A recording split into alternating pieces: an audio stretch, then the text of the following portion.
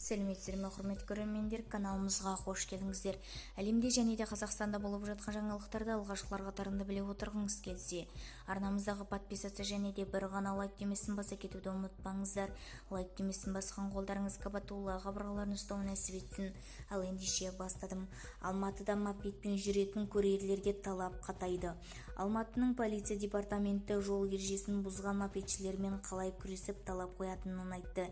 Мәселені 10 шілде күні әкіммен кездесуде Бостандық ауыл тұрғыны көтерген болатын. Тұрғын Ерболат Тусаевты неге мопедшілерге жаяу жүргіншілер жолымен жүруге тыйым салуға болмайтынын сұрады.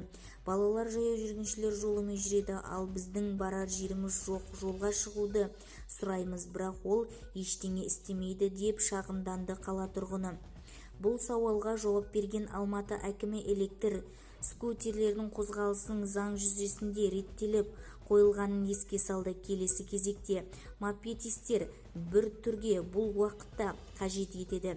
Бізде мопедтерге, электр самокаттарға және де жалпы қозғалыстағы 50 текше метрге дейінгі көліктерде қатысты келесі өзгерістер пакеті бар.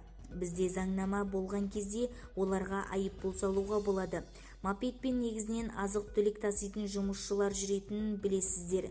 Олар жеткізуді тапсырысты орындауға үлгеру үшін кез келген тәртіпті бұзуға дайын, дейді әкім.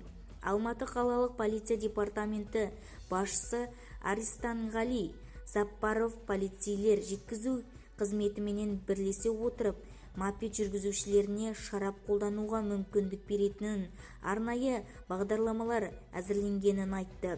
Егер біздің қызметтеріміз азық-түлік жеткізу бөлігінде бұзылыстар анықталса, атап айтқанда 3-тен 5-ке дейінгі бұзылулар болса, бағдарламалар бұғатталады. Бұл оларға ықпал ететін бір түрі